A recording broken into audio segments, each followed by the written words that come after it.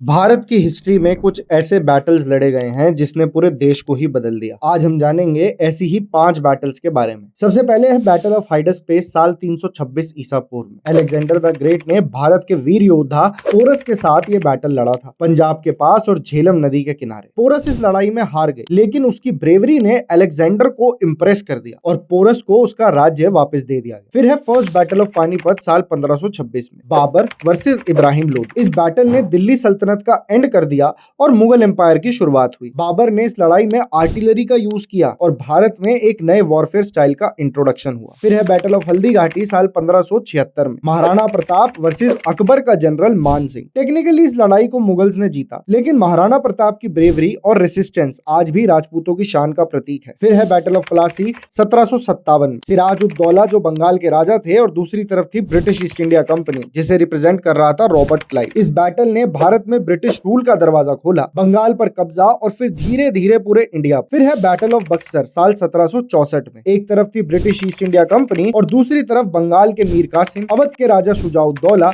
और Mughal emperor Shah Alam II। Company ने इस लड़ाई को जीता और दीवानी राइट्स भी पा लिए, यानी टैक्स कलेक्शन का पावर, और इंडिया पर असली कंट्रोल भी पा लिया। इन 5 बैटल्स ने इंडिया का पॉलिटिकल मैप ही बदल दिया। आपके हिसाब से कौन से बैटल ने इंडिया के इतिहास को सबसे ज्यादा बदला और क्यों? कमेंट सेक्शन में जरूर बताइए।